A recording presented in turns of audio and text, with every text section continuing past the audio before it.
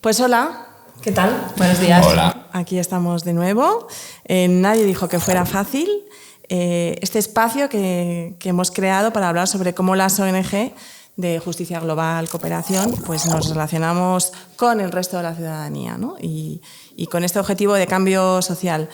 Recordamos que nuestro podcast forma parte de un proyecto que empezamos en torno a 2018, que ha sido una conversación continuada, con sus altos, sus bajos, con sus nos hemos perdido un poco y con lo tengo, que es cuando de repente, ¿no?, surge algo luminoso y que nos parece que sí era importante cuando comenzamos, pues que ahora mismo es como absolutamente imprescindible, ¿no?, con la que está cayendo y con esta necesidad que tenemos de explicarnos cómo es posible que hayamos llegado hasta aquí, ¿no? Como que no, es que tampoco es fácil explicar, ¿no?, que cómo estamos conviviendo con este mundo tan herido, ¿no?, y qué papel nos toca jugar en este contexto.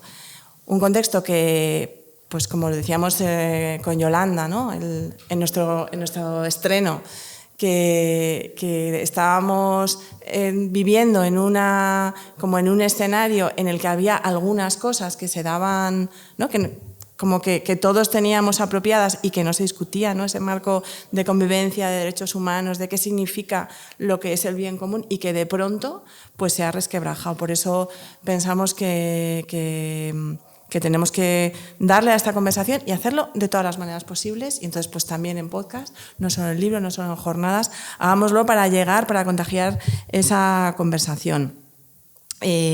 Bueno, digo que hacemos el podcast, pero que tenemos más cosas, por si acaso a alguien se le queda corto el podcast, pues tenemos nuestros documentos, tenemos un curso, por si alguien sale aquí diciendo me quiero poner ya, o sea que tenemos en nuestra página alojadas todas esas cosas que hemos ido construyendo. Y bueno, pues como nos toca, no vamos a dejar los agradecimientos para el final, los hacemos al principio, ¿no?, que en ese camino pues hemos estado con el equipo de la UJI, que ahora nos vamos a enredar con Eloísa, pero también con Anesbat, con la Cooperación Española, con la coordinadora, ¿no?, y con un montón de gente que llega y nos nutre y que enriquece esta conversación. Bueno, pues en concreto hoy, la verdad es que te miro y digo, no sé qué habría sido si no nos hubiéramos encontrado. ¿Qué derroteros, ¿no? Es otro podcast, por cierto, muy chulo. ¿Qué derroteros, por dónde habríamos ido si no nos hubiéramos encontrado, cruzado con vosotras en el camino, ¿no? El Grupo de Investigación sobre Desarrollo Social y Paz de la Universidad Jaume I, pues realmente creo que es justo decir, ¿no?, que ha aportado todo ese conocimiento y reflexión sobre lo que es desde la comunicación para la paz hasta este concepto que sé que no te vas a escapar, ¿no?, de explicarnos qué es esto de la eficacia cultural, ¿no?, como esa siguiente vuelta a lo que es la comunicación. Bueno, pues como todo eso, de lo que soy referencia. Yo sé que a ti te gusta mucho decir hablar en equipo y eso me encanta, entonces estás aquí tú, pero es verdad que hay un equipo detrás espectacular y bueno, pues bienvenida. Muchas gracias. Y que José nos cuente más de ti. Yo voy a ponernos nombre, ¿no? Ella es Iciar Rosado, Es verdad, yo soy es que yo ya José estoy en casa, Manuel, ya estoy en familia. Yo soy José Manuel Gómez, ambos trabajamos en Ongawa y ella es Eloísa Nos, para quien no la conozca, que después de lo que ha dicho Iciar, pues yo resumo también, ¿no? Eloísa es catedrática de Comunicación Social en la Universidad Jaume I. Yo creo que esa es como la parte solemne de tu persona. Por eso no hemos dejado más. Hay que decir, ¿no? Una señora catedrática, un respeto, ¿no? Pero luego también diriges este grupo de investigación sobre desarrollo social y paz al que se refería Iciar. Y yo lo que iba a decir, la verdad es que cuando hablo de ti, que lo hago a veces, casi siempre destaco que desde esa posición académica de investigación, docencia, no es nada fácil encontrar gente tan dispuesta a compartir hacia afuera, ¿no? A que ese conocimiento, en este caso sobre comunicación, transformación social, que quizás seas, yo creo que eso se puede decir, aunque sea así en minúscula, pero como de las personas de referencia en España en ese ámbito, ¿no? Es verdad que hay como una larga historia de investigación y hay muchos nombres, pero ahora mismo pues yo creo que eres una de esas personas.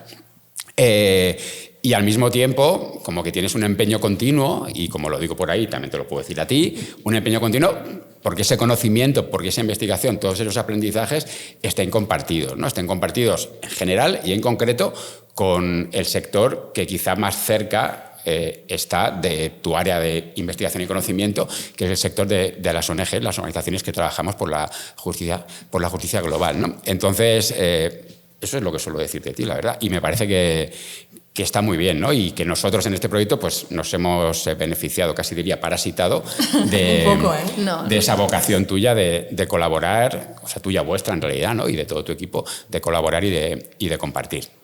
Así que nada, bienvenida. Muchísimas gracias, la verdad que un placer estar aquí. Y pues retomando lo que decía Itziar y luego yendo a lo que decías tú ahora, es decir, qué suerte habernos encontrado y qué importante la manera en que nos planteamos nuestro rol en la sociedad. Yo creo que una de las ideas clave y que van a salir seguro en la conversación, porque de parásitos nada, esto es conversación, y la suerte de encontrarnos precisamente cuando nos buscasteis la primera vez, yo iba tan saturada en la universidad que no podía atenderos. Pero tenía un equipo, tenía alguien joven como Alessandra Farné, que en ese momento le dije, ¿te animas? Pa'lante, y ahí enganchamos, ¿no? Si no, a lo mejor habríamos perdido ese tren y no lo sé, ¿qué habría pasado? Entonces yo creo que eso es algo clave, el tener equipo, que no siempre es fácil, es más bien muy difícil, el trabajar en red y el ir por encima de los egos. Yo creo que en muchos ámbitos lo que a lo mejor en la universidad es el ego, a lo mejor en las organizaciones es la marca. Entonces yo creo que ese es uno de nuestros grandes problemas. Realmente el tener muy claras las prioridades y que en nuestro caso, ¿no? en la universidad es ser útiles a la sociedad y al mundo en el que estamos. Y ya en 2006 yo conocí a Javier Erro en un foro que montó en Pamplona, ¿no? Que justamente él tuvo la visión de vincular comunicación, educación y ciudadanía. Y en ese momento la gente que estábamos en comunicación, la gente que estaba en educación, quisimos unir miradas y enfoques justamente para plantearnos la importancia de una ciudadanía crítica y global, ¿no? Y el aprender conjuntamente. Entonces yo creo que ahí, en vuestro caso, ¿no? que trabajáis desde ahí, como que todo ha ido convergiendo. O sea que para nosotros no tiene sentido no tener ahí como una sabiduría académica fuera de, sino que al revés, es un aprendizaje conjunto, ¿no? Aprendemos de vosotras, aprendemos de vuestras iniciativas y tratamos de aportar nuestro pensamiento, nuestro criterio y también nuestro contacto con la gente joven que se está formando en estos temas y de quienes aprendemos mucho también, ¿no? Porque es donde ves también las reticencias, qué saben, qué no saben del mundo de la sociedad civil estructurada, de lo que es una ONG, y de alguna forma estás siempre dentro de un proceso de investigación, acción participativa y en una conversación, que creo que es la única manera de avanzar, conversando y compartiendo. Así que nada, un placer, de verdad. Me he quedado con esto que has dicho, ¿no? de la necesidad creciente de trabajar por el pensamiento crítico. ¿Cuál crees que debe ser o cuál crees que tiene sentido que sea como el foco de las organizaciones, ¿no? El foco de las ONGs desde que has, bueno, que tampoco llevas tanto, pero bueno, como en ese recorrido, ¿hasta qué punto piensas que podemos seguir haciendo como lo de siempre, si es que lo de siempre solo es una cosa? ¿Hasta qué punto nos ves en esto de darnos cuenta del reto de lo cultural, como profe, como academia y como muy próxima al sector? Y como persona que estás en el mundo, ¿no? Nada menos. Sí, yo creo que ahí también se combina a veces, ¿no? Como la inocencia teórica de cuando lo ves desde fuera y cuando entras en el proceso, ¿no? Yo creo que también me he quedado mucho porque cómo os veo, o sea, nuestra entrada normalmente a quiénes sois es desde vuestros códigos de conducta, ¿no? Es decir, en un código de conducta yo desde el principio he defendido en todas mis publicaciones que el sentido de las ONGs venía de su definición como organizaciones que ante todo necesitan transformar las violencias estructurales, ¿no? y culturales, es decir, necesitan transformar esos marcos de políticas y esos pensamientos que al final están provocando el cómo estamos, ¿no? Entonces, a veces el día a día a lo mejor a las organizaciones os arrastra, y me estoy esforzando por hablar en tercera persona porque yo me suelo implicar, no digo las organizaciones somos, y no soy ONG, pero como venimos trabajando conjuntamente, un poco tanto, sí. Bueno, sí, un poco ONG en la universidad también soy, pero me siento parte, ¿no? Pero es verdad que cada una tenemos nuestros roles y yo a las organizaciones siempre las veo desde ahí, desde lo que realmente son y la importancia que tienen como engranajes en la sociedad. O sea, porque las ONGs, el tercer sector estructurado, la sociedad civil organizada, que ahí ya también se vincula con los movimientos sociales, pero son engranajes determinantes y lo estamos viendo más que nunca ahora. Es decir, el mercado tiene sus principios, aunque afortunadamente también tenemos el mercado social y solidario, ¿no? Que nos está permitiendo ver otras formas de mercados. Los estados, los gobiernos tienen otros parámetros, los partidos políticos tienen otros parámetros, la educación formal, pero las organizaciones no gubernamentales, las organizaciones sin ánimo de lucro, porque también, ¿no? Nos podemos definir de muchas maneras, pero al final hay un núcleo fuerte que es sociedad civil estructurada. Es ese engranaje que tiene toda la capacidad de recordarnos al resto nuestras responsabilidades dentro de las grandes dificultades que tenemos ahora, pero afortunadamente llevamos ya una larga trayectoria donde os habéis armado de toda una serie de guías, ¿no? Desde las cuales tenéis un papel fundamental en la educación crítica de la ciudadanía. ¿Y cómo ves que desde ahí, que ese papel ¿no? dialoga con este terremoto, ¿no? que decíamos antes? ¿Cómo estamos consiguiendo sintonizar ese papel específico, como has explicado también, con todo esto que nos está aconteciendo, ¿no? Desmantelamiento de los consensos, violencias, bueno, ¿no? Como pulverizar todos esos marcos en los que nos desenvolvíamos. ¿Cómo nos ves ahí? Yo veo varias cosas. Una cosa también que he escuchado mucho desde las organizaciones y que creo que es cierta, ¿no? En los procesos que hemos llevado a cabo también con los proyectos de Nadie dijo que fuera fácil, el proyecto que tenemos actualmente juntos, que es verdad que a veces también exigimos demasiado a las organizaciones, ¿no? Es decir, es cierto que una organización es una organización, tiene una estructura, tiene un equipo humano, tiene unas limitaciones y tiene unos retos que le superan, ¿no? Es decir, tiene unos retos que solo se pueden conseguir en red y con todas esas todos esos otros actores sociales. Entonces, creo que hay un trabajo interno fundamental que ya se viene viendo también desde hace mucho tiempo, que es que las organizaciones desde arriba tienen que tener muy claro esto que estábamos diciendo, porque si yo al equipo de captación de fondos les estoy pidiendo unos KPI, se llaman de esto, ¿no? Unos resultados, al de educación le estoy pidiendo otros, y chocan entre ellos, o sea, lo veo como tensiones fundamentales que hay que resolver. O sea, comunicación interna, conversaciones, comprensión, empatía. A mí me gusta muchísimo Sembrando Cuidados, la política que tiene la FEDE en Cataluña de cuidados internos, ¿no? De ser muy conscientes. También el Center for Story-Based Strategies de Oakland también se centra mucho en eso, en los cuidados del activismo, ¿no? Y de los activistas, y las ONG son activistas al final. Entonces, cuando tu trabajo diario tiene tanto que ver con vidas, con vulnerabilidades, o sea, ahora mismo Gaza nos tiene rotas a todas, ¿no? Entonces, no es cualquier trabajo, no es algo técnico, sistemático, pero nos arrastra el día a día desde ahí, ¿no? Es decir, nos piden porque al final yo siempre recuerdo que las ONG son privadamente públicas, tienen que gestionarse, necesitan recursos.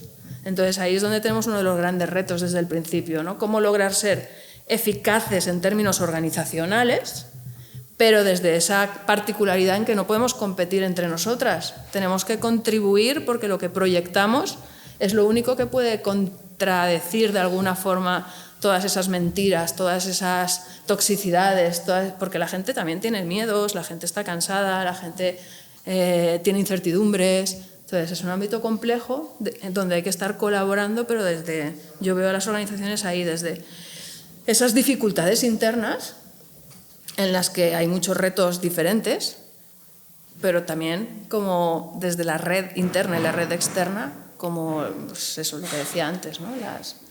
Las grandes dinamizadoras, pero claro, eso, coordinar, mediar, todo eso, digamos, conlleva muchísima energía, conlleva muchísimo desgaste. Entonces... Es interesante lo que dices, ¿no? Porque tiene que ver con cómo nos definimos y cómo nos vemos como organizaciones, ¿no? Que yo creo que también hay esta parte de la chicha del asunto, ¿no? O sea, que cuando dices, porque tú lo dices mucho, lo de todo comunica, ¿no? Que las organizaciones comunicamos cuando nos ponemos oficialmente a comunicar con nuestro departamento, nuestras herramientas, pero también comunicamos el resto del tiempo, ¿no? Con todo lo que hacemos. Y comunicamos hacia afuera, pero también hacia adentro, ¿no? O sea, no siempre estamos comunicando a la gente como si no fuéramos gente, porque en realidad las organizaciones estamos formadas por gente, por equipos, pero también por personas que participan en las organizaciones como socias, como voluntarios. Así que en realidad somos gente comunicando a gente y somos organizaciones en las que también en cada actividad, en cada acción, en cada conversación interna también, estamos comunicando lo que somos y lo que queremos cambiar, ¿no? Y ahí voy a que igual, al final eso yo creo que no es fácil explicarlo en breve, pero hay un concepto que tú usas mucho que yo creo que es muy eficaz para... La verdad es que este chiste me ha quedado mal. Que es el concepto de eficacia cultural, ¿no? Que yo creo que, bueno, como todos los conceptos útiles, lo es porque es muy productivo, ¿no? Y también porque resume muy bien muchas cosas, ¿no? Entonces, no sé si nos puedes contar un poco, ¿no? ¿Cómo ves tú ese concepto de eficacia cultural? O sea, ¿qué significa para las organizaciones ser eficaces culturalmente desde esa visión de cambio? Y también, o sea, al final esa eficacia tiene que ver hay, yo creo que como una cuestión previa que es que sería como darnos cuenta o con la cuestión de hasta qué punto nos hemos dado cuenta las organizaciones de todo lo que nos jugamos como organizaciones y también como, no sé, como sociedad o como humanidad, ¿no? Decías tú el otro día, en el momento en el que estamos, ¿no? Y cuánto de eso nos lo jugamos en el territorio cultural, ¿no? Y no en otros territorios, ¿no? En ese espacio de lo cultural, desde el que se construye lo político, desde el que se construye las miradas, las visiones, los imaginarios, desde los que juzgamos el presente, imaginamos el futuro. Y no estoy seguro, ¿no? de que las organizaciones hayamos valorado, aunque hablemos de eso, no estoy seguro de que hayamos valorado en toda su, no sé, profundidad, importancia, lo que nos jugamos, ¿no? en ese espacio de lo cultural y hasta qué punto, pues quizá lo más prioritario para nosotros sería ese ser eficaces culturalmente, ¿no? Uh-huh. ¿Cómo ves todo eso? Pues, de hecho, yo el concepto lo planteé desde justo los retos de que se comprendiera la importancia de lo cultural. No voy a dar detalles, pero digamos que estaba harta de escuchar que lo que yo hacía, total las ONGs son ineficaces, total las ONGs, total las ONGs. Entonces dije, bueno, cualquier proyecto tiene unos objetivos, lograr esos objetivos es ser eficaz y las ONGs, como he explicado antes, desde sus cartas fundacionales explican que su sentido es transformar las violencias. Yo, lo que decías de las diferentes miradas, yo creo que para mí ha sido fundamental tener una educación muy interdisciplinar. Yo estudié filología inglesa, pero luego hice un doctorado en teoría de la literatura y literatura comparada, después entré en el ámbito de la publicidad social, pero al mismo tiempo hice un máster en estudios de paz, conflictos y desarrollo. Entonces, en el máster de estudios de paz, conflictos y desarrollo, donde ahora soy profe, al estudiar a Johan Galtung, que Johan Galtung hablaba claramente de la importancia de la violencia cultural, porque insistía en que la violencia directa, que es que a ti te peguen un tiro o te bombardeen, al final se deriva de unas creencias y de una violencia cultural que mantiene ciertos valores, ciertas consideraciones y que pasa por unas violencias estructurales. Pon Gaza, pon la cultura militar y la financiación militar y la economía y pon no puedes criticar según qué cosas porque está mal visto. O sea, ya tienes los tres niveles y la que tienes liada. Entonces yo ahí dije, es que tenemos que ser eficaces culturalmente, porque no podemos permitirnos legitimar la violencia cultural de ninguna manera, y eso es muy fácil, porque a la mínima que haces una campaña donde vuelves a caer en estereotipos y vuelves a reforzar ideas de qué es una ONG que no quieres que se refuercen porque una ONG no es eso, o la gente de Kenia no es eso, o la gente de ciertos poblados no es eso, pues estás haciéndote un flaco favor. Entonces yo siempre digo que la eficacia cultural es nunca restar al proyecto colectivo, sino que asegurarte siempre de anticipar. Como hemos dicho, todo comunica, incluso cuando no dices nada. Entonces, anticipar siempre cuáles van a ser las consecuencias de hacer lo que vas a hacer, o decir lo que vas a decir, o iniciar la campaña que vas a iniciar, ¿no? o lanzar los posts que vas a lanzar y el cómo lo vas a hacer. Porque al final, eso, la eficacia cultural es anticipar las consecuencias en términos de valores y de comportamientos de todo aquello que comunicamos.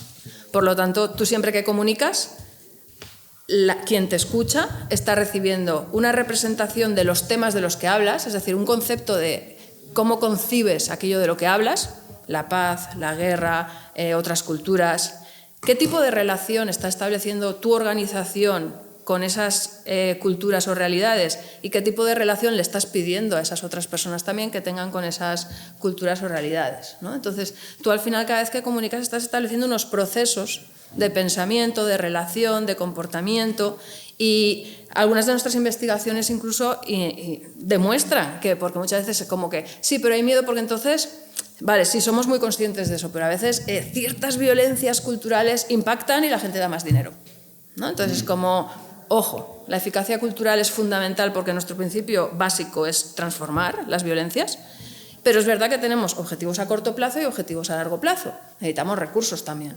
Entonces, por eso ahí hablamos de eficiencia cultural.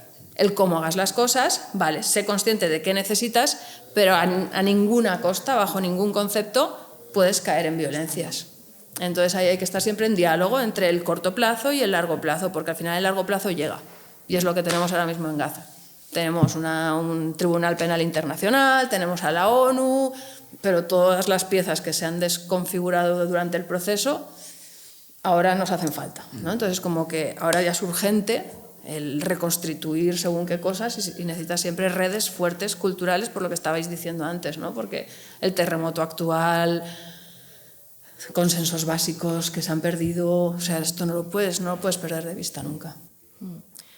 Bueno, yo digo, los consensos están, ¿no? Lo que pasa es que hay tanto ruido que no... Bueno, ya hemos dicho al principio que el podcast forma parte de un proyecto más amplio donde quien quiera puede mirar como más en profundidad, bucear, ¿no? Y encontrar claves de cómo trabajar con esta aspiración de eficacia cultural. Pero ya que estás, ¿nos puedes contar así un poco como pues algunas pinceladas, ¿no? de este concepto que me ha hecho gracia, ¿no? Que lo hagas como para sintonizar con ese agobio por la eficacia de las organizaciones? Está bien, gracias por el cable. Pero cuéntanos algo, como, venga, si tuviera que resumir la eficacia cultural o si tuviera 10 minutos con quien toma decisiones en las organizaciones, como dónde tendría que mirarse, ¿no? ¿Dónde estamos poniéndonos la zancadilla a la eficacia cultural? ¿Y qué oportunidades tenemos, ¿no? ¿Dónde están nuestros puntos, nuestras palancas para ser eficaces? Uh-huh. A ver, yo creo que hay cuña publicitaria, ¿no? Tenemos los documentos de Nadie dijo que fuera fácil, que yo creo que ahí hemos hecho un trabajo muy chulo de asentar los criterios de la eficacia cultural, que como decíamos es trabajo en equipo, esto no es mío. De hecho, como decías, gracias. Realmente yo cuando empecé a hablar de esto, si seguí trabajando en esto es porque hay personas como Yolanda Polo en la Coordinadora de Organizaciones para el Desarrollo en Madrid o Montse Santolino en la FEDE en Cataluña, que me decían, me sirve, nos sirve. A las organizaciones les está sirviendo, entonces era como, pues vamos para allá. Y hacía tiempo que decían, pero necesitamos criterios que aterricen esto. O sea, que por eso, gracias a vosotras. Bueno, que resististeis un poco, ¿eh? Porque llevábamos mucho... De hecho, hay grupos de investigación que también lo han intentado y han desistido y han dicho, no hay criterios posibles, esto es un aprendizaje, se han ido a Freire, han criticado lo que es evaluar, porque es verdad que también hay ahí como... O sea, al final cuando nos piden indicadores, ¿no? Cosas muy cuantitativas, sí es cierto que nos tenemos que resistir y decir, a ver, la eficacia cultural es un proceso de aprendizaje colectivo, donde sí que necesitamos ir recogiendo una serie de criterios que nos ayudan a pensarnos como organizaciones. Creo que eso es clave. Que haya una mirada hacia adentro, ¿no? Como organización, tenemos claro lo que somos y lo que buscamos, porque si no es imposible. O sea, si yo lo que busco es conseguir más fondos que nadie, tener una marca más visible que nadie y trabajar fuera de España ante todo aquí, ¿no? Y me olvido también de la importancia de la opinión pública global, desde lo local, las interconexiones. Entonces yo creo que ahí los avances que hemos hecho son fundamentales en simplificar mucho en pocos criterios que nos ayuden a pensarnos desde dentro, desde la idea clave de cuál es nuestra identidad, que es lo que decíamos antes. Si no tenemos claro que nuestra identidad tiene un enfoque político clave, que es lo que estábamos diciendo antes, es decir, al final las organizaciones son ese resorte político en términos de pensamiento colectivo, ¿no? De qué queremos y cómo podemos lograrlo y de coordinación, por lo cual es una identidad clara, con una estrategia coherente con eso teniendo claro que mi estructura solo puede ser una estructura red, ahí está vuestra fortaleza, o sea, juntas podemos, ¿no? Solas no, con amigas sí. Estoy reelaborando lemas. Pero creo que eso es fundamental, y desde la participación y la conversación, ¿no? Es decir, y desde abajo hacia arriba, de arriba hacia abajo. O sea, al final, si las bases tienen claras unas cosas, pero luego la dirección de la organización lo ve de otra manera, es decir, al final, lo que hemos dicho antes, comunicación interna, pero desde esa mirada, ¿no? Y que tiene unos principios básicos que en lo simbólico se tienen que mantener, que es lo que decíamos. Está claro que la organización conoce sus valores, pues no los pierdas jamás, ni siquiera en una cuña publicitaria o en una campaña en YouTube que luego nadie más va a encontrar, pero que le está saltando a la gente y le está volviendo a activar una serie de principios que no son los que nos van a ayudar a transformar el sufrimiento humano. Entonces, eso luego se ha de ver en las narrativas que proyectamos, ¿no? Nuestras fortalezas están en la sabiduría, en lo que se llama el expertise en inglés, ¿no? Pero está en vuestro potencial. Lo hemos visto en Valencia con la Dana, ¿no? Es decir, ¿quién sabía cómo abordar una catástrofe de repente, aunque la desinformación y el ruido intentara justamente no permitirlo? Teníamos, o sea, quienes conocemos a las ONGs de verdad, sabíamos que ahí estaban las personas que podían ayudar en ese momento, que tenían la experiencia, que tenían las infraestructuras, que había que saber ayudar. O sea, ahí se destapa la importancia en este momento de aprovechar la experiencia, las estructuras y el saber cómo contribuir ahí, ¿no? Que a veces la gente, mandar lo que tengo en la nevera sí, pero dar dinero no me fío. O sea, tenemos que saber ahí también cuál es la ayuda eficaz en un momento determinado para resolver los problemas que queremos resolver, ¿no? Entonces ahí hace falta toda una pedagogía también desde las organizaciones de qué somos, qué podemos hacer y cómo nos puedes ayudar, más allá de ese discurso que estamos intentando borrar hace años y sigue estando, dame €1 y olvídate. Porque yo con mis estudiantes hago ejercicios y me siguen saliendo memes, yo hago memes con ellos. ¿Qué es una ONG para ti? Sigue saliendo ese meme de el euro, ¿no? Los chalecos de las calles, solo quieren nuestro dinero. Y eso hay que borrarlo sí o sí. O sea, hace falta que se vea como ese músculo social, organizado, que nos va a ayudar aquí y allí, ¿no? Esa interconexión, que yo creo que también hay proyectos muy chulos como el Dev Reporter de la FEDE en Cataluña, ¿no? Que uno de los criterios que rescató claramente era la interdependencia, ¿no? y la información de calidad que nos conecte, que explique lo que pasa aquí, lo que pasa allí, cómo están relacionados a través, ¿no? de los mercados, de las decisiones políticas, de nuestras formas de vida, de nuestro consumo. Entonces, las organizaciones tenéis todas las potencialidades para trabajar en red, para enfocar a las soluciones, ¿no? Porque hay muchos avances que se han producido y a veces nos quedamos solo en lo que está mal, en lo que está mal, en lo que está mal, y hay muchos avances que se han logrado, ¿no? Y donde las ONGs y los movimientos sociales, ¿no? Porque al final a mí me gusta mucho el concepto de sociedad civil organizada, donde colaboran diferentes tipos de organizaciones, también con los movimientos sociales, y ese tejido social se ayuda y se fortalece. Entonces, vuestras propuestas, que lleguen las propuestas, porque tenemos las propuestas, sabemos cómo se hace, ¿no? Faltan decisiones políticas, faltan voluntad individual, ¿no? Porque al final a mí me gusta mucho también Víctor Sampedro, el trabajo que hizo él de dietética digital, ¿no? También el papel que están jugando aquí los entornos digitales, y no voy a hablar de IA porque no soy experta, pero ya os buscáis a alguien para otro episodio del podcast para hablar de IA.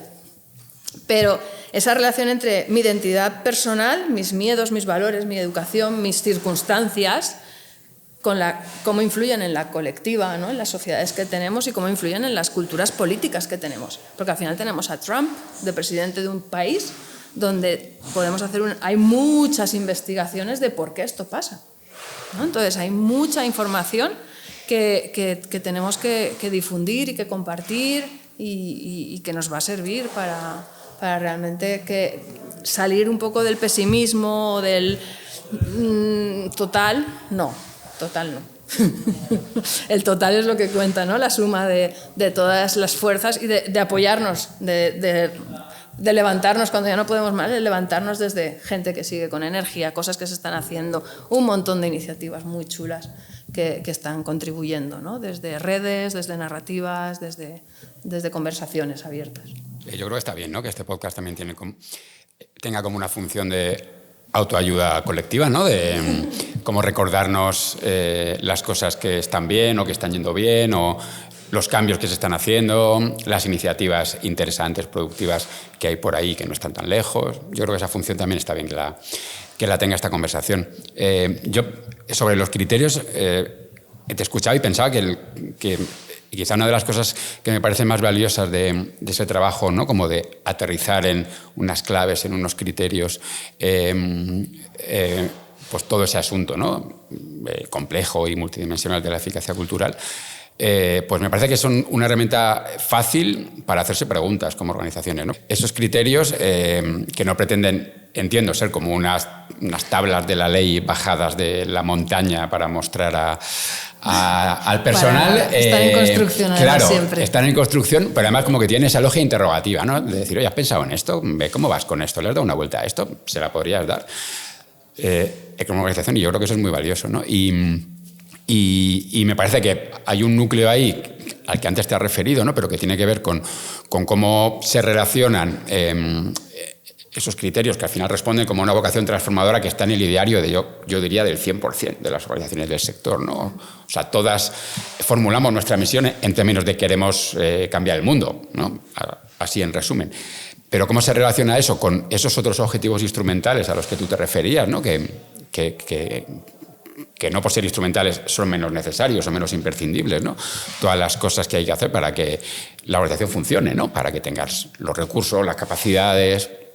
Y ahí hay uno de los, yo creo, ¿no? Como de las tensiones gordas, ¿no? Para aplicar, para ser coherentes como organizaciones con esa vocación transformadora que nos define y que reconocemos como propia. ¿Cómo se relaciona eso, ¿no? O cómo somos capaces de relacionar eso en términos, no sé, complejos, productivos, con todas nuestras obligaciones derivadas de lo instrumental, ¿no? De todas las acciones necesarias para que las cosas sucedan, los salarios cuando los hay se paguen, etcétera, etcétera, ¿no? Entonces, en esa tensión, no sé, ¿tú qué salidas ves ahí, ¿no? O cómo intentarías resolver esa tensión, ¿no? Yo creo que es la eterna tensión. De hecho, hemos tenido, ¿no? muchas conversaciones desde hace tiempo de esas tensiones entre lo promocional y lo transformador, lo promocional y lo educativo, lo recaudatorio y lo educativo. Y es que son complementarias. Tampoco quiero que se me malinterprete antes cuando hablaba de grandes marcas o grandes ONGs, porque es cierto que es un mosaico y si esas grandes ONGs van a por todas es porque realmente creen en lo que están haciendo y quieren más dinero para hacer mejor lo que están haciendo. Lo que pasa es que es verdad que es fundamental lo que decíamos antes, de que al final, yo siempre digo que porque en comunicación se habla de intangibles, ¿no? Los valores, la salud son intangibles. Yo digo que los intangibles son muy tangibles. O sea, es que al final los valores son lo que cuentan, los valores son los que construyen nuestras creencias y al final nos hacen tener una sociedad u otra. Entonces eso es innegociable. Está claro que necesitamos recursos, necesitamos pagar sueldos, pero a veces también, y hablo de las ONGs, hablo de la universidad, o sea, no, porque creo que es muy importante la autocrítica y no cargar en otros, ¿no? las tintas. Es decir, yo creo que cualquier institución, cualquier organización, cualquier empresa, es muy interesante las empresas, me voy a las empresas, que están pensando desde otro lugar los tiempos, ¿no? Los sueldos, la importancia de la salud, de la felicidad, del bienestar. Es decir, que todos esos valores clave, ¿no? de la humanidad, que lo crucen todo. Entonces hay que repensar las estrategias, los informes de resultados, hay que repensar bien cuál es el objetivo principal y cómo no morir en el intento, ¿no? Es decir, pero que nos está pasando en todas partes, como no hagamos más, hagamos mejor, ¿no? y más a gusto, porque no puede ser que cada vez haya más bajas por depresión, que haya más gente desgastada, que haya más burnout. O sea, es como... Por supuesto, necesitamos ser conscientes de cómo lograr los fondos que necesitamos y ahí hay muchas fórmulas, ¿no? que yo creo que es interesante. También está pasando con los medios de comunicación independientes, ¿no? que tienen sus socios y están buscando sus fórmulas para tener su comunidad, su base social que les apoye. Y es una de las cosas que os decía antes que no he terminado de contar de las investigaciones. Nosotros hemos hecho investigaciones en las que es con psicología social, con neuroanálisis, donde la gente si realmente empatiza desde la indignación con la injusticia de lo que está sucediendo y confía en las ONGs, se va a implicar a largo plazo con ellas y les va a dar un apoyo constante. también económico. Hay gente que a lo mejor no puede o prefiere hacerlo de otra manera, pero el apoyo económico llega también, a lo mejor llega diferente, bueno, hay que ir cambiando los modelos, eso también somos conscientes, que cuando cambias un modelo y también cuando estás cambiando las creencias de las personas sobre qué es una ONG y estás cambiando del marco de la caridad, de hay pobres, al marco de la implicación, ¿no? Y la responsabilidad conjunta de soy parte de, bueno, pues hay unos tiempos que hay que manejar también.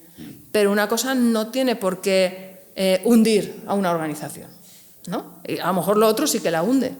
Si realmente la gente joven considera que las empresas, las love brands y las empresas que están haciendo femvertising y que están comunicando ya valores, porque también se lo creen, y también hay agencias de publicidad y de comunicación que están aprovechando cualquier espacio para comunicar de otra manera y piensan que las ONGs ya no son necesarias porque ya estamos cambiando las sociedades de otros lugares. Entonces yo creo que la credibilidad, la legitimidad y las relaciones significativas a largo plazo creo que son fundamentales, porque al final eso es lo que te está ayudando también a crear comunidad, ¿no? Yo creo que ahí Thomas Coombs creo que tiene unas ideas muy chulas también, esto de comunicación desde la esperanza, ¿no? Y tiene como 3 marcos básicos, que uno de ellos es del conflicto a la comunidad, ¿no? Menos... es que hay tanto ruido como tú decías, ¿no? Estamos a la gresca todo el día. Es como, a ver, somos comunidad, convivimos, ¿no? Cada uno desde sus valores, sean religiosos o laicos, pero lo que tú decías antes de los consensos básicos, vamos a disfrutar un poquito más y a pegarnos un poquito menos, que yo creo que eso sí que es clave, ¿no? El pasar de un modelo a otro en la manera de enfocar y eso a todo, ¿no? Transversal, en todo. Desde qué concepto de organización tengo, qué políticas de recursos humanos tengo, qué políticas laborales tengo, porque todo eso se va a proyectar después. Y es complicado, ¿no? Al final yo creo que hemos hablado de los criterios, pero creo que el criterio clave de partida al que llegamos todas fue coherencia, ¿no? Y que puede sonar básico, pero al final si tú te planteas la importancia de la coherencia y lo pasas todo por ahí, todo te lo replanteas bastante. Y la coherencia es difícil, ¿no? Que una de las cosas que aprendemos es que unas incoherencias al día son importantes para la salud mental. Yo eso es lo primero que aprendí con las ONGs en alguna de las reuniones. Alguna incoherencia al día es necesaria para poder sobrevivir. Pero a nivel estratégico, organizacional, claro. Coherencia. Como que hay coherencias a las que no puedes renunciar realmente, ¿no? Por ir cerrando... ¿Ya estamos ahí? ¿Sí? No, sí. O sea, que todo esto que has dicho, rescato algunas cosas que me parecen importantes como para explicarnos por qué si sabemos, que es una pregunta que a ti especialmente, ¿no? Queríamos hacerte de si ya sabemos todas estas cosas, ¿por qué no lo estamos haciendo, ¿no? Que es cuántas explicaciones nos damos a nosotras mismas para me voy a levantar súper coherente, me voy a levantar súper transformador, pero luego enciendo el ordenador y empiezo ahí a que, como has dicho, que esos valores igual se me difuminen un poco en lo que estoy haciendo, ¿no? Partiendo de que las organizaciones, me ha encantado, como has dicho, de las organizaciones grandes, si hacen todo esto es porque creen mucho en lo que hacen. Si sabemos, si la investigación nos dice que tenemos que hacer otra cosa, si el contexto cultural nos dice que nuestro valor también está en otro sitio, ¿qué nos pasa? O sea, ¿por qué si sabemos, como ha dicho antes José, ¿no?